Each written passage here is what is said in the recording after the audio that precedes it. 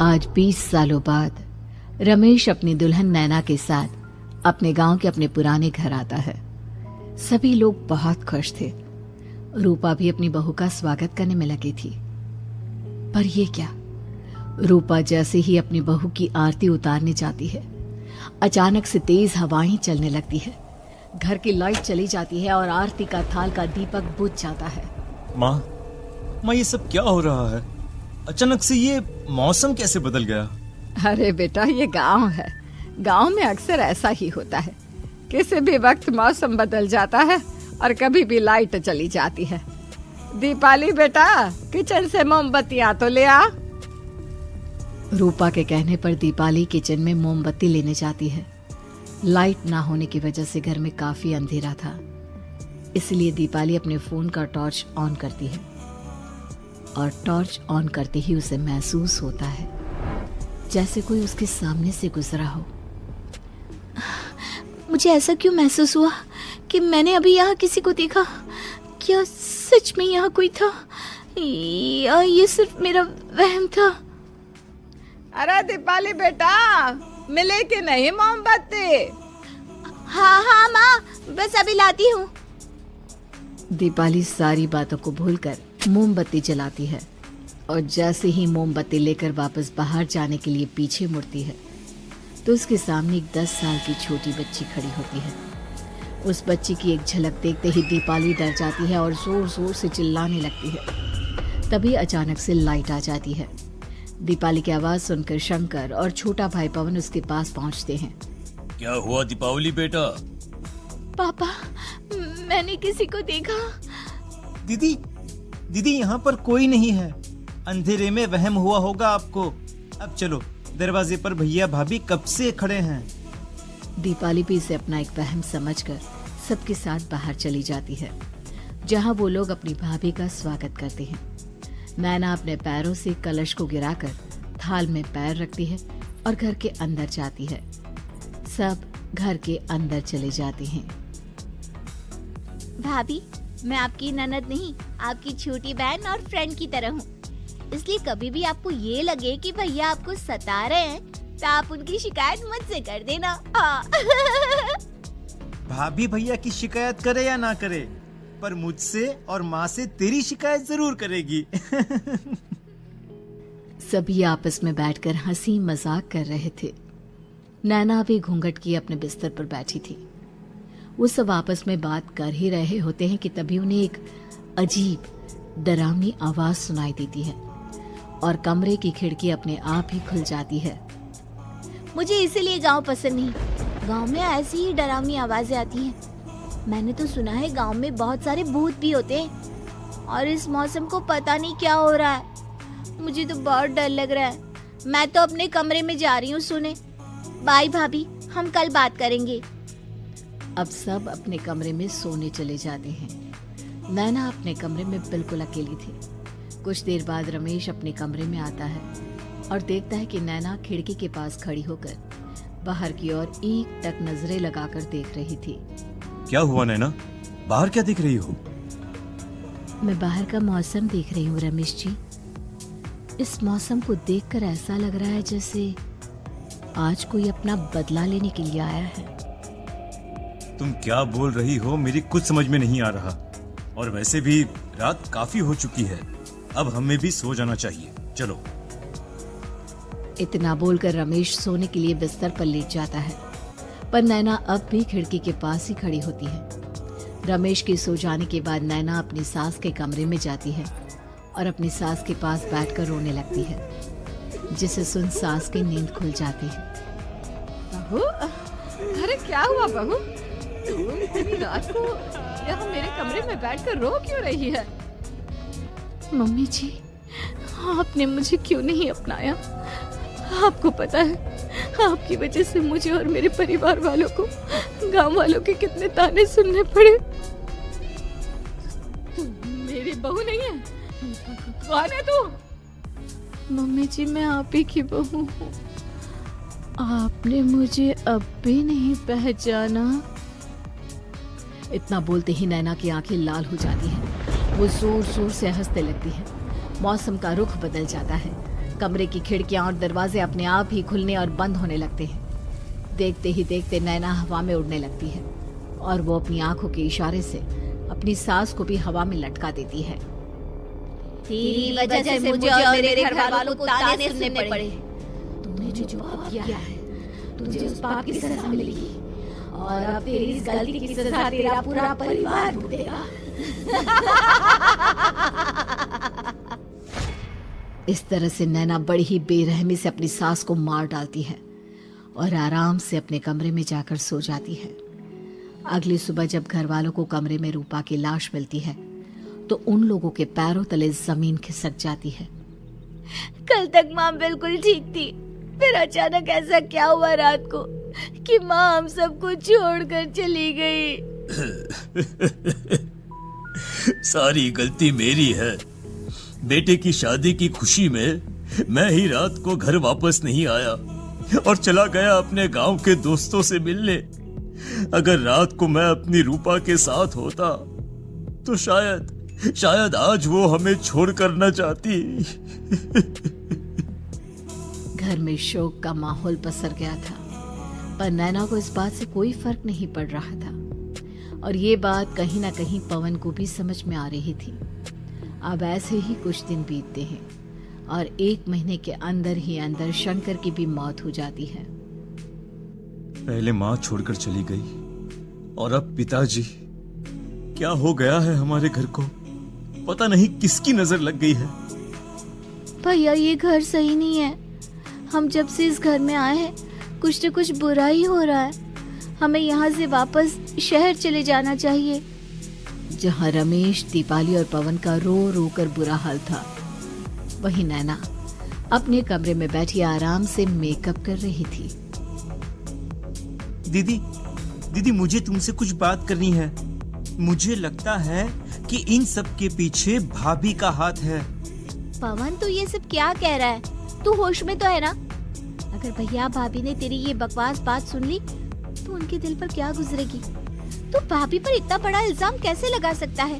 दीदी आप खुद ही देख लो ना, हम जब से इस घर में आए हैं सब कुछ बदल गया है। शादी से पहले नैना भाभी ऐसी बिल्कुल नहीं थी, पर अब वो किसी से बात नहीं करती, ज्यादातर अकेले अपने कमरे में ही रहती है और कभी उनसे बात करो भी तो न जाने कैसी अजीबोगरीब तरह की बातें करने लगती हैं। तू पागल हो गया है। आप समझती क्यों नहीं है दीदी? देखो ना, हमारे घर में मौत का सिलसिला शुरू हो गया है, पर भाभी को कोई फर्क नहीं पड़ रहा। वो अभी भी मेकअप कर रही हैं, आराम से खाना खा रही हैं। और दीदी आपको पता है, जिस रात माँ की मौत हुई थी ना, उस रात मैंने भाभी को माँ के कमरे में जाते हुए देखा था। पवन की बातें सुन अब दीपाली के मन में भी शक पैदा होने लगता है और वो इस बारे में रमेश से बात करती है। रात को सब साथ में बैठकर खाना खा रहे थे, तभी कौन हो तुम और तुम ये सब क्यों कर रही हो? क्यों सबकी जान ले रही हो? रमेश जी, ये आप क्या कह रहे हैं? मैं भला मम्मी जी पापा जी की जान क्यों लूंगी? मैंने कब कहा कि तुमने माँ पापा की जान ली? नैना, तुम तो मेरी पत्नी हो, तुम थोड़ी किसी को मारोगी। नैना, तुम नैना ही हो ना? रमेश की ये बात सुनते ही नैना खाना छोड़कर गुस्से में सबको देखने लगती है। नैना की गुस्से भरी आंख को देखकर तीनों भाई बहन डर जाते हैं। तभी नैना जोर जोर से हंसने लगती है।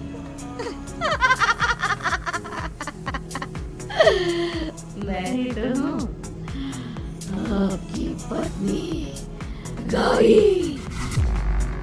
गौरी का नाम सुनते ही रमेश के होश उड़ जाते हैं। आखिर कौन है ये गौरी? क्या है इस घर और घर वालों का राज?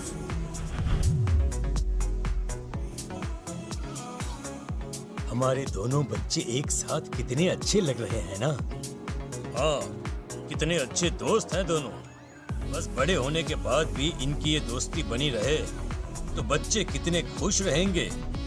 मैं क्या सोच रहा था कि क्यों ना हम अपनी दोस्ती को रिश्तेदारी में बदल दें। मैं अपने बेटे रमेश की शादी तेरी बेटी गौरी से करना चाहता हूँ। इस तरह हमारे बच्चे भी हमेशा साथ रहेंगे और हमारी दोस्ती भी रिश्तेदारी में बदल जाएगी।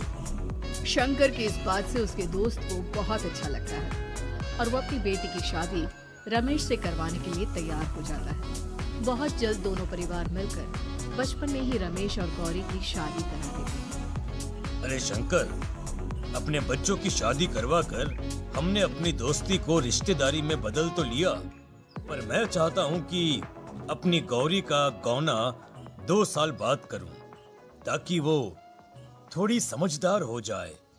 अरे हाँ हाँ दोस्त, बिल्कुल, हमें कोई दिक्कत नहीं है। इसी तरह समय बीतने लगता है। समय के साथ शंकर का कारोबार तरक्की पकड़ लेता है और 2 साल बाद शंकर अपने पूरे परिवार के साथ शहर में शिफ्ट होने की तैयारी कर लेता है। जब यह खबर उसके दोस्त को पता चलती है तो वो शंकर से बात करने उसके घर जाता है। शंकर, 2 साल पूरे हो चुके हैं और अब तू शहर भी जाने वाला है। मैं सोच रहा था कि तेरे शहर जाने से पहले गौरी का गौना कर दूं, ताकि तू अपनी बहू को अपने साथ लेकर जा सके। ये तू कैसी बातें कर रहा है? रिश्तेदारी बराबरी वालों से होती है, और वैसे भी अब मेरा बेटा या मेरा परिवार कोई भी इस रिश्ते को नहीं मानता। ये तू कैसी बातें कर रहा है दोस्त? जब हमने अपने बच्चों की शादी करवाई थी तब हम दोनों ही एक बराबर थे। पिछले 2 साल में तेरा कारोबार थोड़ा सा अच्छा क्या चल गया तो पुराने रिश्ते ही तोड़ देगा। देख भाई, ऐसा मत कर। अगर तूने मेरी बेटी को अपनी बहू के रूप में नहीं अपनाया तो कोई भी मेरी बच्ची से शादी नहीं करेगा। अरे उसकी जिंदगी बर्बाद हो जाएगी। यार देख, वैसे भी बाल विवाह तो कानून मान्यता नहीं देता, फिर मैं कैसे दे दूं? तू अपनी बेटी के बड़े होने पर उसकी शादी किसी दूसरे लड़के से करवा देना। वैसे भी तब तक ना उसे और ना ही गांव वालों को ये बात याद रहेगी। मेरे बेटे को बख्श दे मेरे भाई। इस तरह से शंकर अपने दोस्त के परिवार और गौरी को गांव वालों के ताने सुनने और जिल्लत से भरी जिंदगी जीने के लिए छोड़ अपने परिवार वालों के साथ शहर चला जाता है। अरे इनकी गौरी में ही कोई दोष होगा, तभी तो लड़के वालों ने इनकी बेटी को अपनी बहू के रूप में नहीं अपनाया और उसको यहाँ छोड़कर शहर चले गए। अब कौन थामेगा ऐसी लड़की का हाथ? अरे पता नहीं कैसा आदमी है जो गांव वालों के इतने ताने सुनकर भी सर उठाकर गांव में चल रहा है। अरे अगर मेरी बेटी के साथ ऐसा हुआ होता ना तो मैं तो शर्म के मारे मर ही जाता। हाँ, दिन रात लोगों की नजरों में अपने लिए ग्रहण देख और सबके ताने सुन अब गौरी के पिता हिम्मत हारने लगते हैं और एक रात गौरी के माता पिता खुदकुशी कर लेते हैं। ये सदमा गौरी भी सहन नहीं कर पाती और उसकी भी मृत्यु हो जाती है। तुम्हारे परिवार की वजह से हम लोगों ने अपनी इज्जत और जान गंवाई। इसका बदला तो तुम्हें चुकाना पड़ेगा, वो भी अपनी जान देकर। हंसते हुए अब नैना हवा में उड़ने लगती है। नैना अब पूरी तरह से बदल चुकी थी। गौरी की आत्मा उसके शरीर पर हावी हो चुकी थी। उसकी आंखें सफेद, पैर उल्टे, चेहरा काला और बाल बिखर गए थे। अब गौरी अपनी शैतानी शक्तियों से घर के हर कोने को अपने काबू में कर लेती है और सीधी दीवार पर जाकर चिपक जाती है। मुझे अपना बदला चाहिए। बदला लूंगी मैं तुम सबको खत्म कर दूंगी। गौरी इतनी तेज चिल्ला रही होती है कि उसकी आवाज से घर के सारे कांच टूट जाते हैं। सामान इधर उधर गिरने लगता है और ये सब देखकर तीनों भाई बहन के होश उड़ जाते हैं। बचाओ, भागो भागो। उन तीनों को अपनी जान बचाने के लिए यहाँ से वहाँ भागता देख गौरी जोर जोर से हंसने लगती है। तभी दीपाली घर से बाहर निकलने लगती है, जिसे देख गौरी गुस्से में अपनी शक्तियों से तुरंत घर का दरवाजा बंद कर दीपाली को हवा में उड़ा देती है। बाहर भागी, मुझसे बचकर भागना चाहती है? कोई नहीं बचेगा, आज तुम सब मरने वाले हो। अचानक घर में भूतिया आवाजें गूंजने लगती है, तेज हवाएं चलने लगती हैं। सोफा, टेबल, कुर्सी सब हवा में उड़ने लगता है। ये सब देखकर रमेश, दीपाली और पवन की रूह कांप जाती है।